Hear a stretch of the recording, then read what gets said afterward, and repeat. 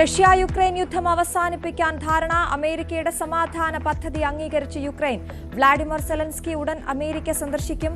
റഷ്യയിലേക്കും യുക്രൈനിലേക്കും പ്രതിനിധികളെ അയക്കുമെന്ന് Donald Trump.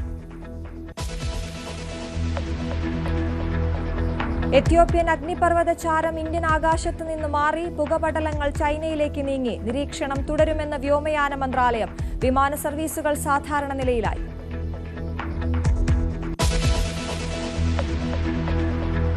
Sabarimala സ്വർണ്ണക്കൊള്ളയിലെ പത്മകുമാറിനെ ഇന്ന് പ്രത്യേക അന്വേഷണ സംഘം കസ്റ്റഡിയിൽ വാങ്ങും. ഉണ്ണികൃഷ്ണൻ പോറ്റിയുമായുള്ള ഇടപാടുകൾ വിശദമായി പരിശോധിക്കും. കൂടുതൽ ഉന്നതർക്ക് പങ്കുണ്ടോ എന്നും സംശയം. മുരാരി ബാബുവിന്റെ ജാമ്യാപേക്ഷയിൽ ഇന്ന് വിധി പറയും. സന്നിധാനത്ത് ഇന്നും വൻ ഭക്തജന തിരക്ക്. 2 ദിവസത്തിനിടെ ദർശനം നടത്തിയത് 2,05,000-ത്തിലധികം തീർത്ഥാടകർ.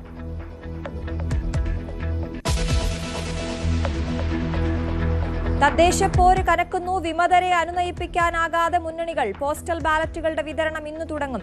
തെരഞ്ഞെടുപ്പ് ഉദ്യോഗസ്ഥരുടെ പരിശീലനവും ഇന്ന് ആരംഭിക്കും.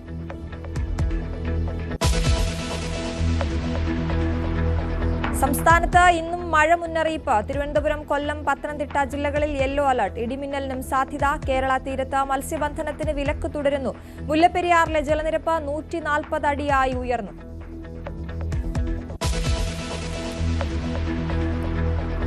യുവേഫ ചാമ്പ്യൻസ് ലീഗിൽ മാഞ്ചസ്റ്റർ സിറ്റിക്ക് തോൽവി. ബയർ ലെവർകുസന്റെ ജയം. എതിരില്ലാത്ത 2 ഗോളിന് ബാഴ്സലോണയെ 3-0 തോൽപ്പിച്ച് ചെൽസി.